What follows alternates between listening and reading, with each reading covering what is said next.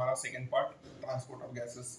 तो blood medium होता है transport for O2 and CO2। लगभग 90% O2 ट्रांसपोर्टेड होगा आरबीसी के द्वारा, 3% O2 डिसॉल्व थ्रू प्लाज्मा होगा, 20-25% CO2 ट्रांसपोर्टेड होगा आरबीसी, और 70% कैरिड होगा कार्बोनेट के द्वारा, 7% CO2 डिसॉल्व होगा थ्रू प्लाज्मा।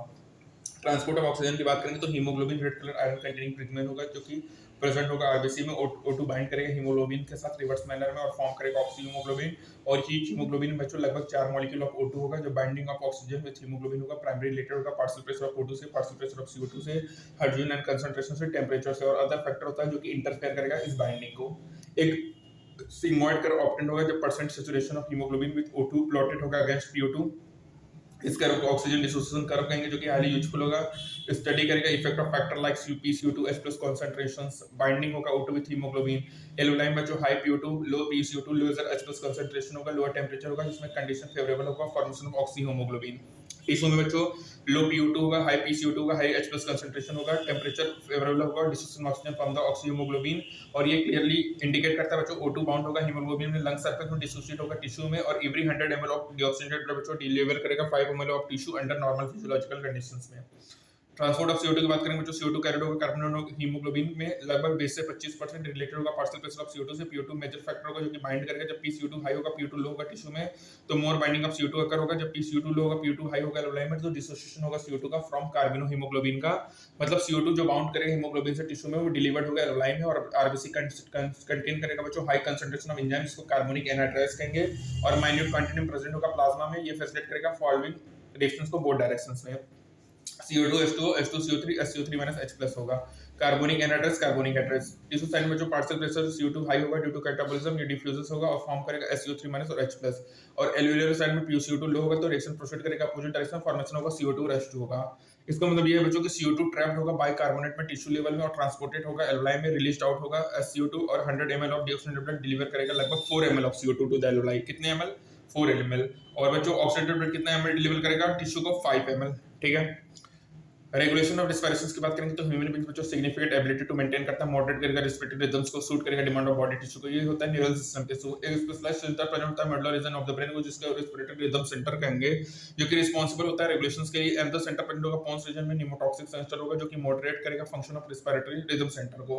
न्यूरल सिग्नल बच्चों इस सेंटर में पहुंचेगा और रिड्यूस करेगा ड्यूरेशन ऑफ इंस्पिरेशंस को और अल्टर करेगा रेस्पिरेटरी रेट को। एक कीमो सेंसिटिव एरिया होता है बच्चों जो कि प्रेजेंट होगा एडजेसेंट टू रिदम सेंटर, जो कि हाईली सेंसिटिव होगा CO2 और H+ के लिए, और जब इंक्रीज होगा इन सब्सटेंस में तो एक्टिवेट होगा ये सेंटर, और जो सिग्नल करेगा और रिदम सेंटर को नेसेसरी एडजस्टमेंट करेगा रेस्पिरेटरी प्रोसेस में, जिससे सब्सटेंसेस एलिमिनेट हो सके।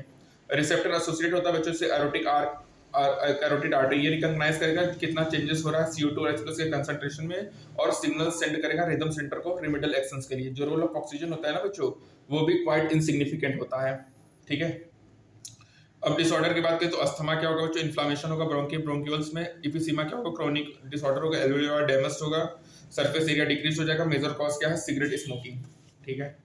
ऑक्यूपेशनल रेस्पिरेटरी डिसऑर्डर क्या होगा बच्चों? इंडस्ट्री में क्या होता है, स्टोन ब्रेकिंग में बहुत सारे डस्ट प्रोड्यूस होते हैं, तो अपन बॉडी कोप नहीं कर पाता, लॉन्ग एक्सपोजर क्या करेगा? इन्फ्लेमेशन करेगा, प्रोलिफरेशन हो जाएगा फाइब्रस टिश्यू का, जिससे सीरियस लंग डैमेज हो जाएगा, और इसीलिए वर्कर प्रोटेक्टिव मास्क पहनते हैं बच्चों। ठीक है। अब समरी के बारे में बात करेंगे बच्चों, तो सेल यूटिलाइज करेगा ऑक्सीजन फॉर मेटाबॉलिज्म, प्रोड्यूस करेगा energy along with substance CO2 जो कि हार्मफुल होगा। एनिमल्स के पास डिफरेंट मैकेनिज्म होगा transport of oxygen to the cell और रिमूवल ऑफ CO2, और वेल डेवलप्ड रेस्पिरेटरी सिस्टम होगा, 2 लंग्स होगा, एसोसिएटेड एयर पैसेज होगा, परफॉर्म करेगा अपने फंक्शंस को। फर्स्ट स्टेप रेस्पिरेशन में क्या होगा? जिसमें एटमॉस्फेरिक एयर अंदर आएगा, इंस्पिरेशन होगा, एल्वियोलर रिलीज होगा, एक्सपायरेशन होगा, exchange of O2 and CO2 between deoxygen blood and transported of gases होगा, exchange and tissue and utilization होगा O2 बाय द सेल्स, इसको सेलुलर रेस्पिरेशन कहेंगे। इंस्पिरेशन और एक्सपायरेशन होता है क्रिएटिंग करेगा pressure gradient between the atmosphere and alloy with the help of specialized muscle intercostal diaphragm, जो volume of air involve होगा उसको एस्टिमेटेड करेंगे स्पायरोमीटर से, जिसका क्लिनिकल सिग्निफिकेंस है। जो एक्सचेंज होता है बच्चों O2 और CO2 का एल्वुलाई टिश्यू में, वो होगा डिफ्यूजन के थ्रू।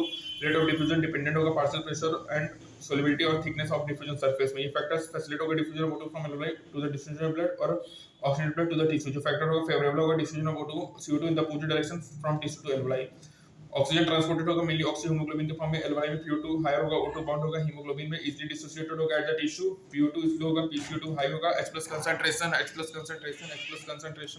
हाई होगा, नियरली 70% CO2 ट्रांसपोर्टेड होगा बाइकार्बोनेट के फॉर्म में with the help of carbonic anhydrides, 20 से 25% CO2 कैरिड होगा हीमोग्लोबिन के द्वारा, टीसू में बच्चों PCO2 हाई होगा, इट बाउंड होगा ब्लड से, एल्वलाई में PCO2 लो होगा, PO2 हाई होगा, ये रिमूव्ड होगा ब्लड से। रिस्पिरेटरी रिदम मेंटेन होगा respiratory centre in the medullar region of brain से। एक निमोटॉक्सिक सेंटर होता है pons region of the brain में बच्चों, जो कि केमोसेंसिटिव एरिया होगा मेडुला में, जो कि अल्टर करेगा रिस्पिरेटरी मैकेनिज्म। ठीक है बच्चों, तो बच्चों याद रखना निमोटॉक्सिक सेंटर क्या होगा, पोन्स रीजन में होगा, केमोसेंसिटिव एरिया को अल्टर करेगा रिस्पिरेटरी मैकेनिज्म में। ठीक है, केमोसेंसिटिव एरिया क्या होगा, मेडुला में।